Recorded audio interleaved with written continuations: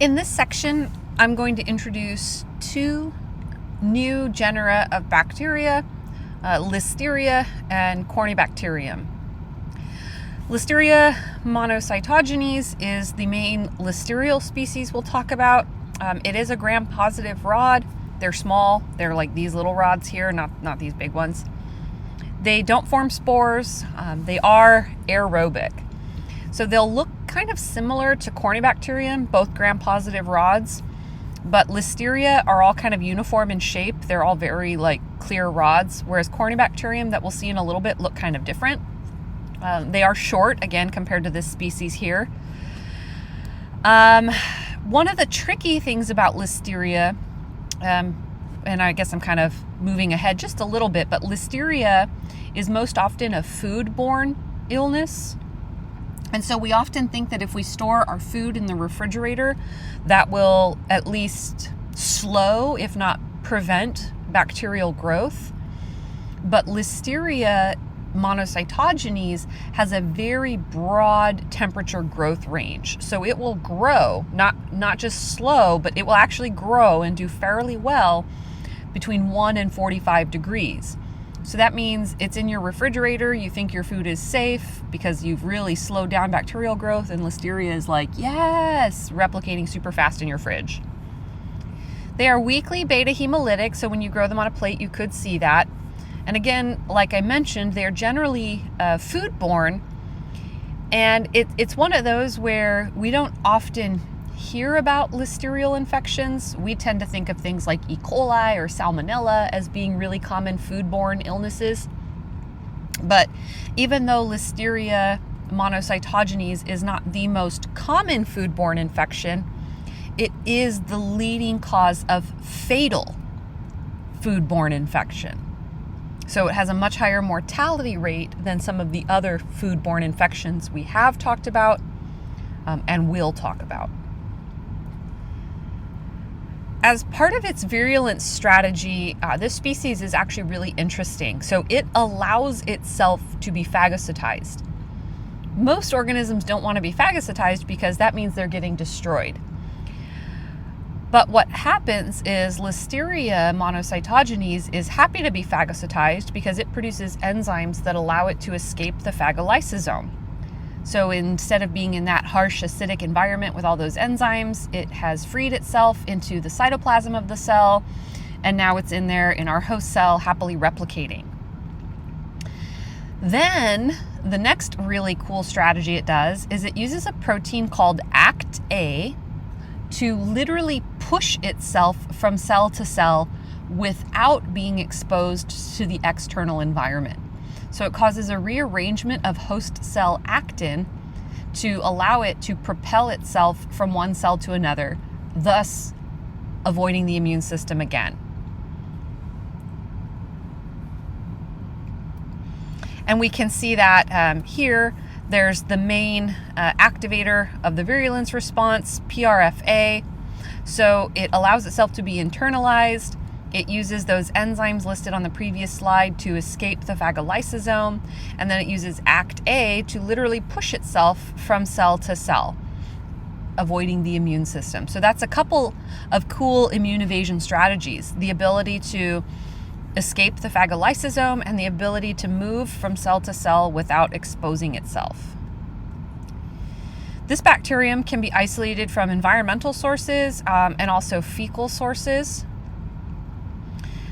It's most common as an infection from contaminated food, and this is dangerous for women during pregnancy because the bacterium can be transmitted from mother to fetus. As I mentioned earlier, it is not a super common foodborne infection, but it has a high mortality. So it's the leading cause in the US of fatal foodborne infections. Listeria can also be a causative agent of meningitis. And this case here will illustrate some of the difficulty in diagnosing Listeria infection with just microscopy. So it's an example of why we don't want to use microscopy as a default just because bacteria can be seen with a microscope. This is a 73-year-old man who has rheumatoid arthritis. because he has a decreased level of consciousness, headache, nausea, vomiting. He is taking a number of medications that are anti-inflammatory and immune suppressive, and steroids for his rheumatoid arthritis. On physical examination, the patient had a stiff neck and a fever, elevated heart rate, elevated blood pressure, meningitis was suspected.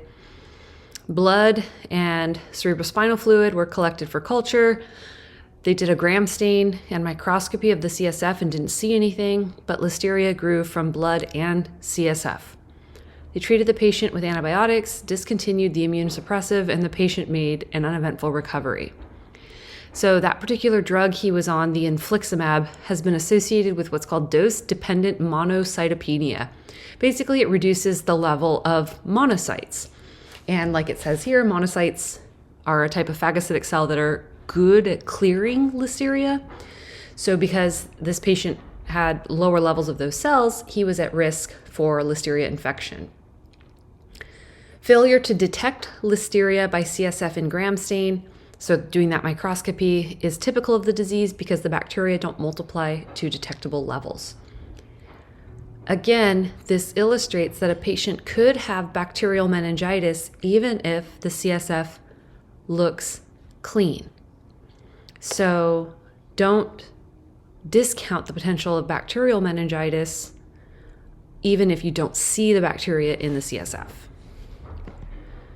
Listeria is relatively easy to grow.